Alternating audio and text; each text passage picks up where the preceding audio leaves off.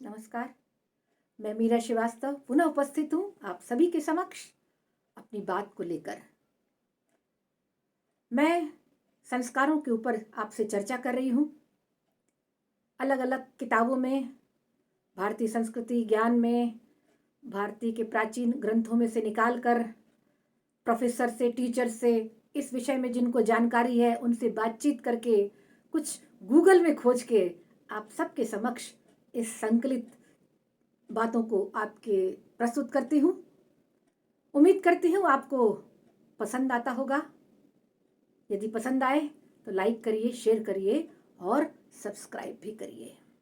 आज हम एक महत्वपूर्ण संस्कार, 15वें संस्कार, विवाह संस्कार पर बात करेंगे।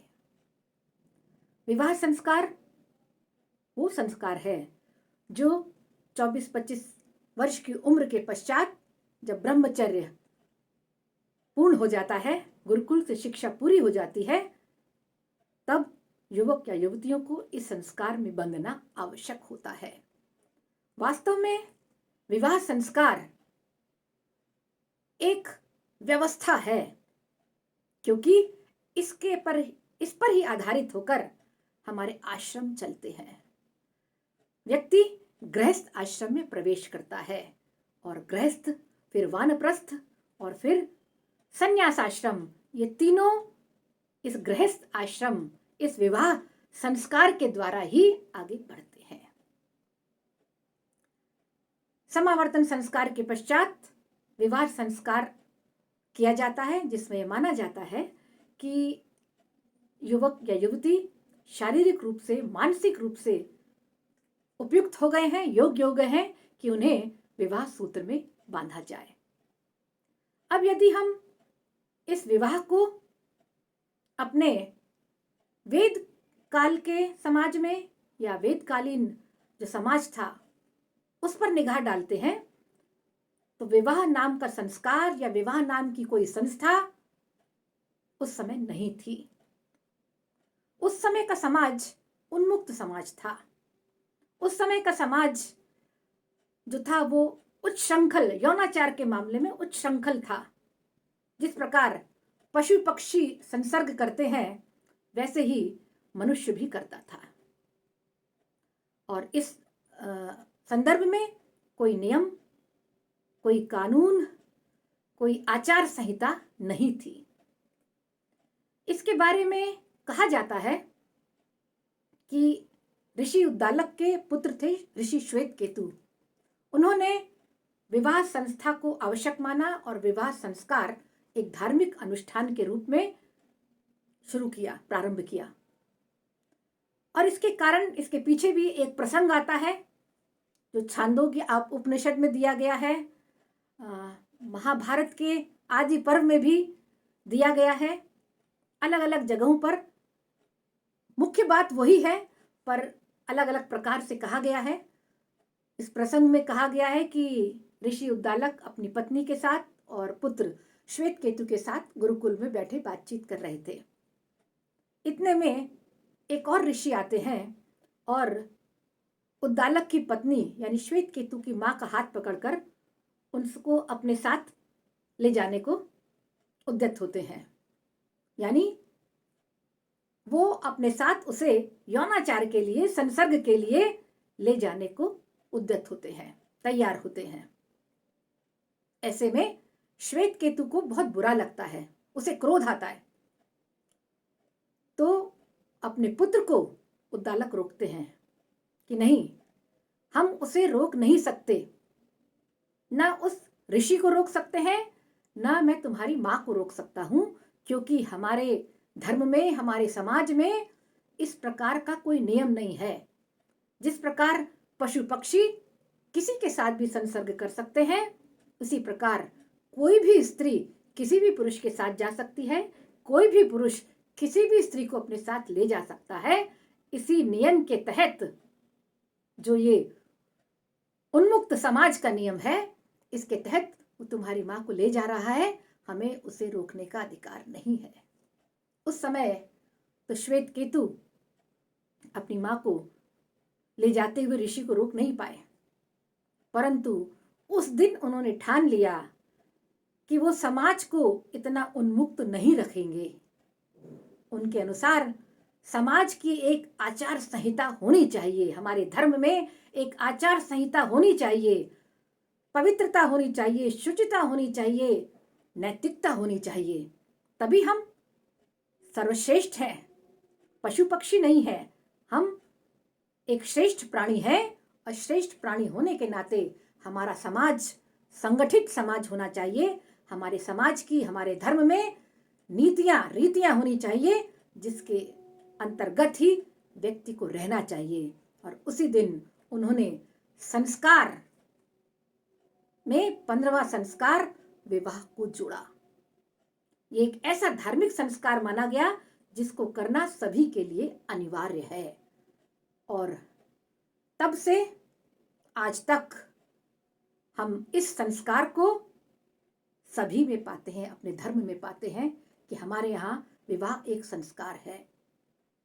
और विशेष बात ये कि उस समय के भी ऋषि मुनियों के द्वारा जो एक परंपरा स्थापित कर दी जाती थी, सभी कुछ तर्क वितर्क को देखते हुए वो पूरा ऋषि समाज मान्य करता था और उसके बाद हमारे धर्म में उसको सम्मिलित किया जाता था और सभी लोग धर्म के अनुकूल आचरण करने के लिए प्रतिबद्ध हुए।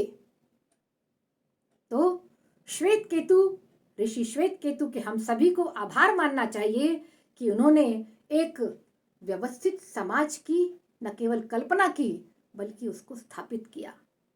और स्थापित करने में उसकी पवित्रता, उसकी निरंतरता, हमारी एक अच्छी परंपरा कायम रहे, इसके लिए उसमें उन्होंने कुछ रीतियां डाली, जैसे कन्यादान, पाणी ग्रहण संस्कार, सप्तपदी यानी 7 फेरे, 7 वचन।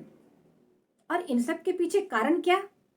इन सब को करने के पीछे कारण है कि 2 लोगों के मध्य यानी युवक और युवती के मध्य भावनात्मक संबंध स्थापित हो, तभी आचार विचार बने रह सकते हैं, तभी नैतिकता बनी रह सकती है।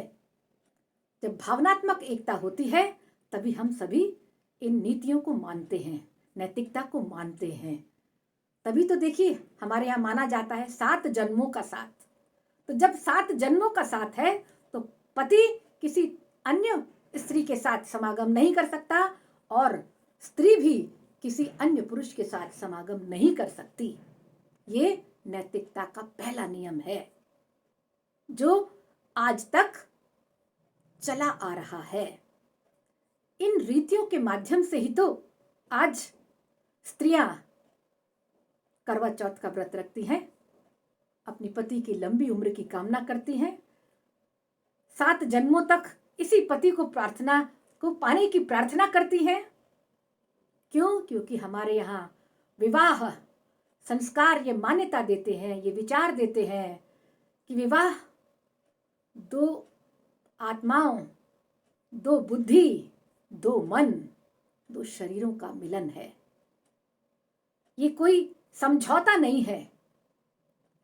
अन्य धर्मों में, पाश्चात्य संस्कृति में विवाह एक समझौता है। हमारे यहाँ ये समझौता नहीं है, जन्म जन्म का संबंध है। धार्मिक रूप से मान्य ये वो रिश्ता है जिससे पति और पत्नी को निभाना है। यानी हम अपने समाज में, अपने धार्मिक हिंदू समाज में, सनातन समाज में ये देखते हैं कि हमारा धर्म बहुत लचीला है।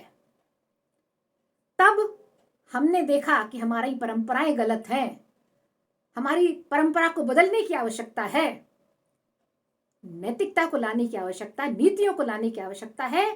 तो उस समय भी हमारे समाज ने, हमारे धर्म ने, हमारे हिंदू सनातन धर्म ने परिवर्तन किया।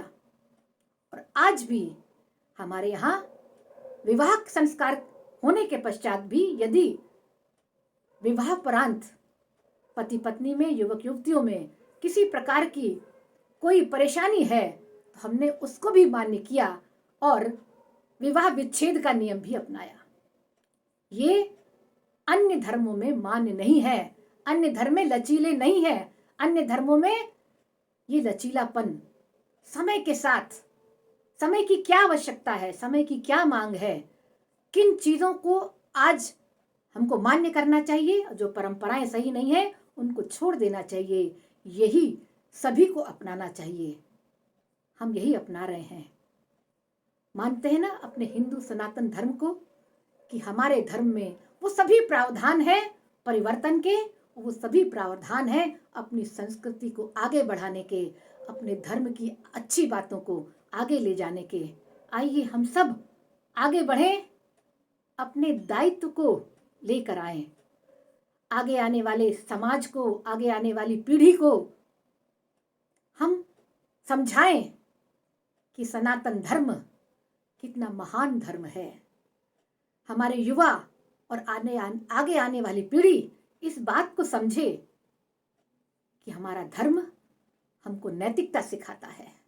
आइए नैतिकता के इस क्षेत्र में संस्कार हमारे कितने महत्वपूर्ण हैं, ये हम आगे की पीढ़ी को सौंपे। फिर मिलती हूँ, एक अंतिम संस्कार बाकी है, जल्दी ही आपसे पुनः मिलती हूँ। आप सभी के विचार, आप सभी के कमेंट्स, आप सभी के सुझावों से मैं आगे अपने वीडियोस बनाने वाली हूँ। आप सभी ने मुझे बहुत सारे टॉपिक्स दिए हैं, क्योंकि मैंने आप सभी से पूछा था आप किन टॉपिक्स पर, किन विषयों पर इस प्रकार के वीडियो चाहते हैं। इतने ज़्यादा सुझाव मिले हैं, इतने ज़्यादा टॉपिक्स मिले हैं कि 4-6 सालों तक यदि वीडियो में बनाती रहूं तो शायद बनते रहेंगे। आप सभी का बहुत बहुत आभार। पुनः मिलती हूँ, तब तक के लिए नमस्कार।